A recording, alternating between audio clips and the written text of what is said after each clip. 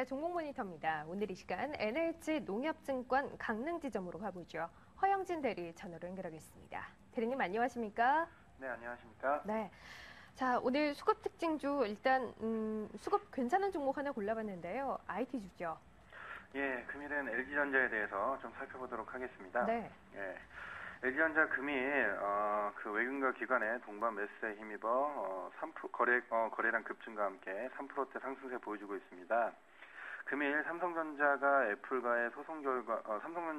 그 애플과의 소송 결과에 따라서 주가가 급락하고 있는 가운데에서 최근 주가 상승세가 크지 않았던 LG전자로 그 반사이익이 좀 기대된다는 부분에서 외국인과 기관의 그 매수가 유입되는 모습 보여주고 있습니다.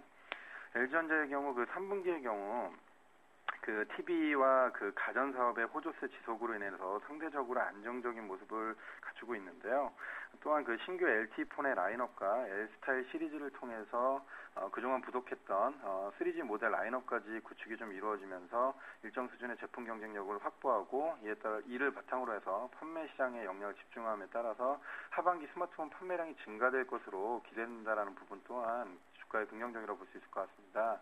그 LG전자의 경우 TV와 가전 사업에서의 안정적인 수익 창출이 지속될 것으로 기대되는 부분하고 그리고 스마트폰 제품 경쟁력 확보를 해왔고 이에 따라서 이제 판매량 확대가 기대된다라는 부분에서 그런 부분을 고려했을 때 LG전자의 현 주가 수준은 그에 대한 그 저점 인식에 대한 기대감이 좀 높아질 것으로 좀 기대된다라는 부분 좀 긍정적이라고 좀 볼 수 있을 것 같습니다.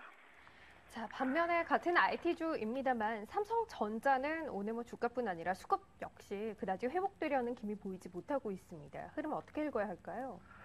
예, 삼성전자 금일 애플과의 미국 1차 소송에서 배심원 판결에서 패하면서 기관의 매도세가 유입되면서 급락하는 모습 보여주고 있습니다.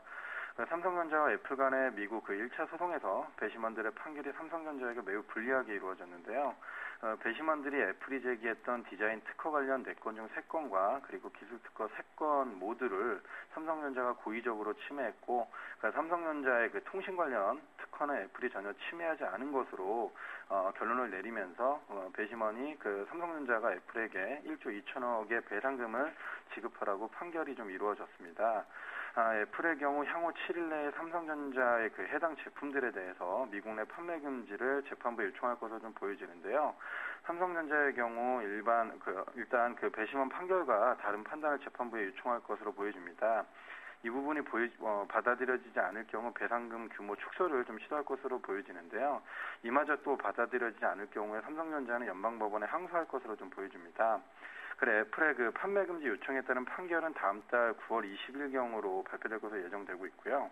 그 아직 판사의 1심 최종 판결이 남아 있고 그 연방법원에 대한 항소와 그 최종 대법원에 대한 선고가 남아 있는 상황이긴 하지만 그 1심 최종 판결에서 배심원들의 판결이 그 뒤집힐 가능성은 높지 않을 것으로 보이기 때문에 삼성전자 주가에 좀 좋지 못한 영향을 좀 미치고 있는 것으로 보여집니다.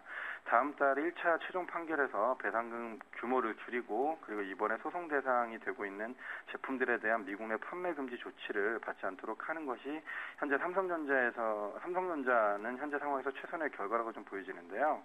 이번 소송의 대상이 된 제품들이 갤럭시 3와 같이 최신 제품이 아니기 때문에 배상금 외에는 큰 피해가 없을 것으로 보여집니다.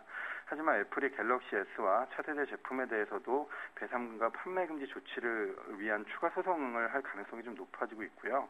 이번 판결이 향후 추가 소송에서 좀 부정적인 영향을 좀 미칠 수 있기 때문에 장기적인 측면에서 삼성전자가 피해를 입을 가능성이 꾸준히 존재한다는 부분은 주가의 부담으로 좀 작용할 것으로 보여집니다.